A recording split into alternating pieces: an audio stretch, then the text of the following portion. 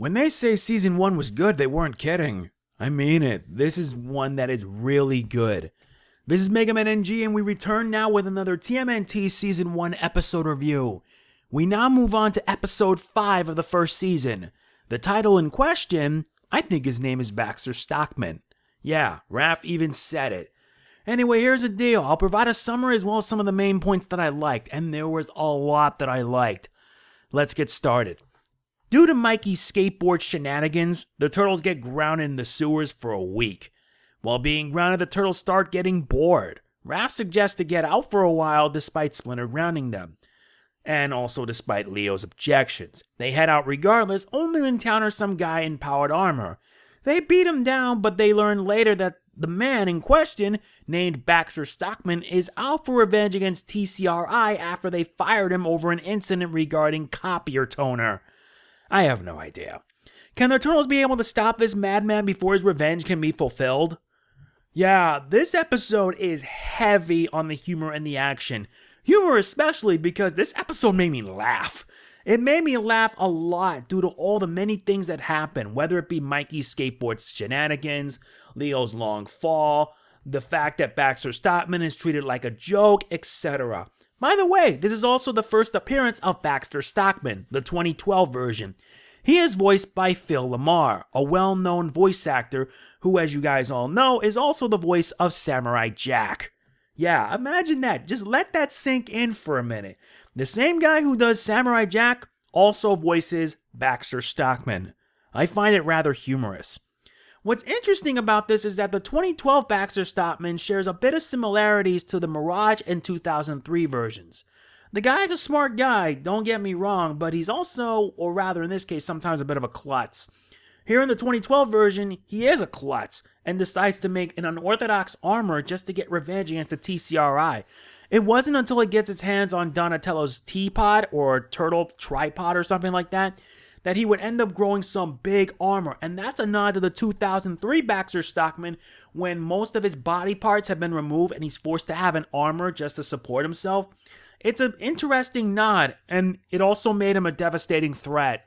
The self-learning armor made him a massive threat, and he beat the turtles down not once, but twice. Made no better when it transforms into a large robot with red eyes, and I had this weird feeling. It's giving me an ominous sign that Baxter would eventually bring the Mousers. Yeah, he will end up bringing the Mousers later, but for what it's worth, yeah, it's just my oh my. I mean, good lord. But I'll be fair, the episode was really good. There were a lot of favorite moments for me. Like, for example, Leo's long fall where he took a long fall and it hurt like heck. Raph's Splinter imitation, which was rather hilarious. I never thought that Raph would actually imitate Splinter so well. Mikey humming to the TMNT. Oh, wait, I got this. One of my favorite moments was before their first fight began, Mike said, hold it, and then he put the teapot away, and he was humming to the TMNT theme, and then he went in, and it was really hilarious. It made me chuckle a little, and I'll admit that was pretty good. Not to mention the Turtles' unorthodox strategy to beat Stockman. Yeah, take a good guess what they used to beat him down. Go ahead, yes. Bees, my God. I had to make that joke. I'm sorry. Louis Lincaro will probably kill me for this, but it wouldn't matter. They used a deadly bee weapon. They used a deadly bee weapon to beat down Baxter Stockman. And yeah, it was kind of fitting that they would use bees to do it. Not surprising since Leo would end up encountering bees early on in the episode. Who'd have thunk? Who'd have really thunk to begin with, because the episode was good. It really was good. Not to mention Splinter was also kind of funny, because seeing the turtles always so tired and stuff like that, well, Splinter would have actually figured out by now that they violated the rules anyway. I don't really think it would matter to that much, right? In the end, he doesn't ground them anymore, but he has to subject them to more training.